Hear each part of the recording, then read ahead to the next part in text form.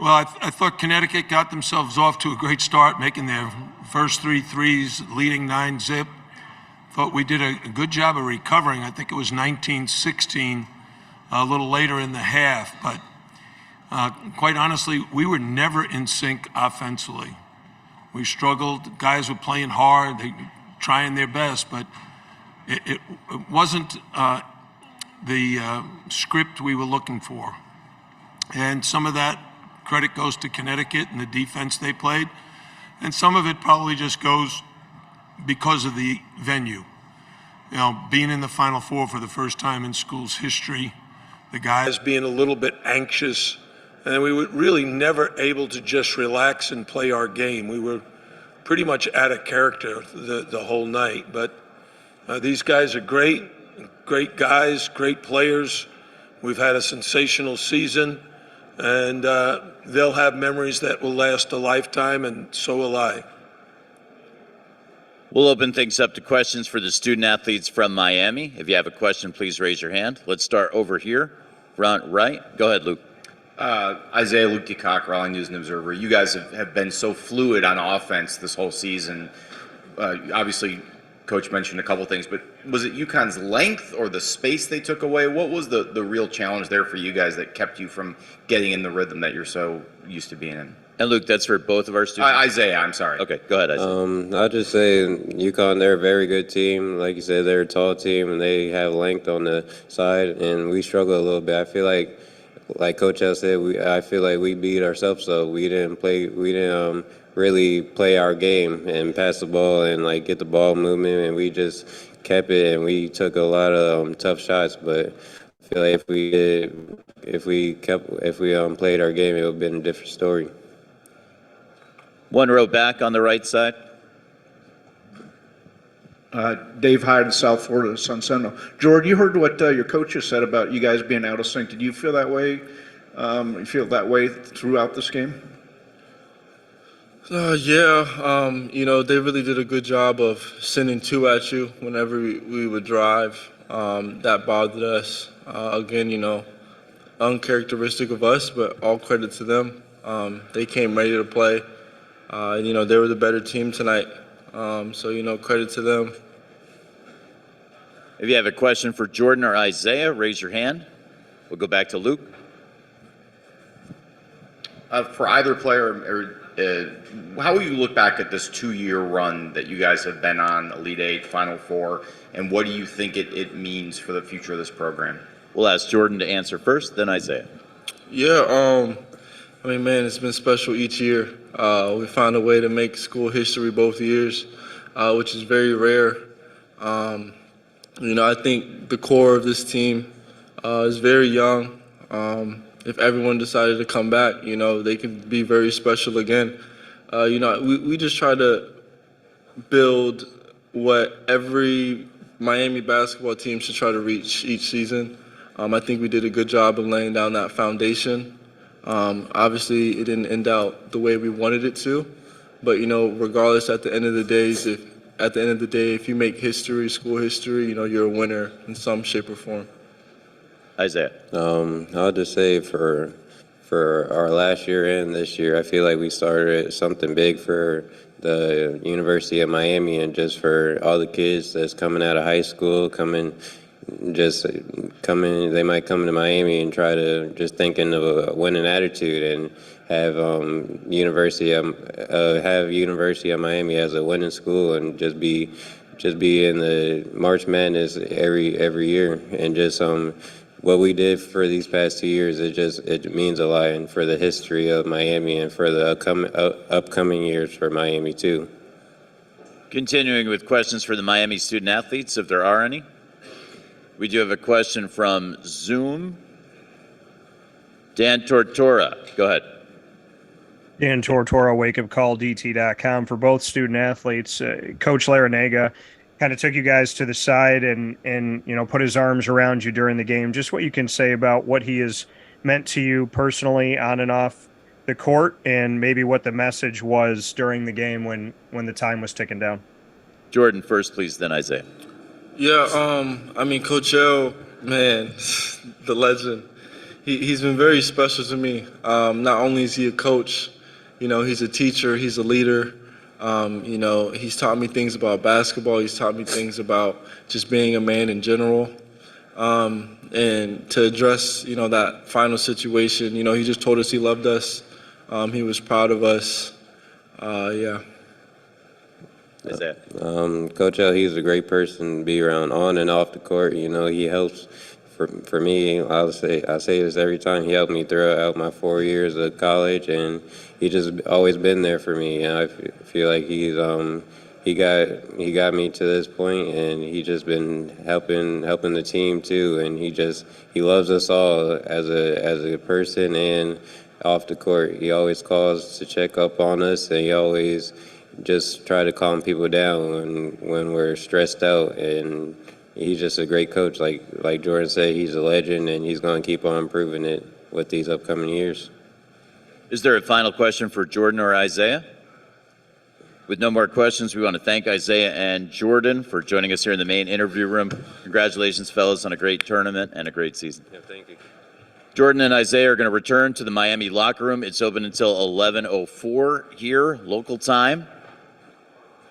And we'll now open things up. Questions for Coach Larranaga will begin on the right side. Yeah, Jim, could you address just what was asked of the players about that last meeting on the side when they're coming off the court and you were waiting for them and you hugged them, you said some words to them?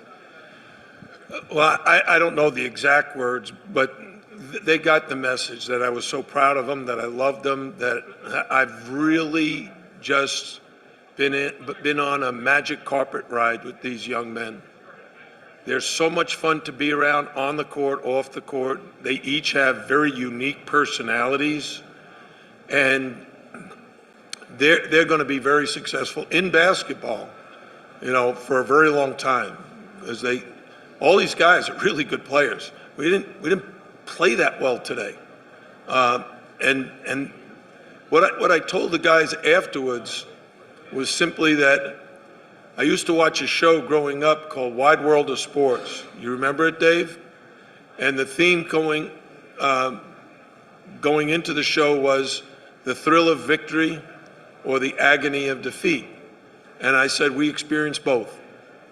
Last weekend, it was the thrill of victory and accomplishing something that Miami had never done. Even last year, we got to the Elite Eight. We were not able to move forward. This year, we did. But today was the agony of defeat. The guys this will last a long time.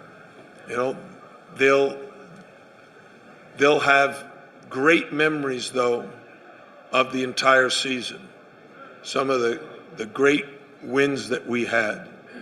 And I've told them all along that these memories last a lifetime. You'll be telling your grandchildren about it one day. If you have a question for Coach Larranaga, raise your hand. Let's go up front. Hi, I'm on Kidwai with SB Nation. UConn's Adama Sanogo has been having a really good NCAA tournament, had another really good game today. What was your game plan for trying to stop him, and how did he better that? You couldn't tell?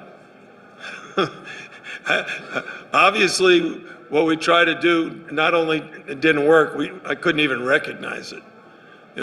I think, again, offensively we were out of sync, but defensively we were too. Everybody was playing so hard to guard their man, there was no help like we intended. And so they threw it over the top. He got a layup. They ran a ball screen. He rolled. He scored in that situation. He got offensive rebounds. He was blocking us out. So he's a terrific player. I think he earned all of his points, but I think we could have done a significantly better job on him if we could have executed our game plan. Some of it may have had to do with them making 3 straight threes to start the game, that the guys were like, wait a minute, these guys are on fire, so we stretched our defense out, which opened up things for him. We'll go to the second row. Michelle. Michelle Kaufman, Miami Herald. Jim, first of all, congratulations on a great season. Did you have a feeling from the start of the game or before the game that things were going to be a little off, or did you have the feeling that the team had the same exact energy as they had for the previous few rounds?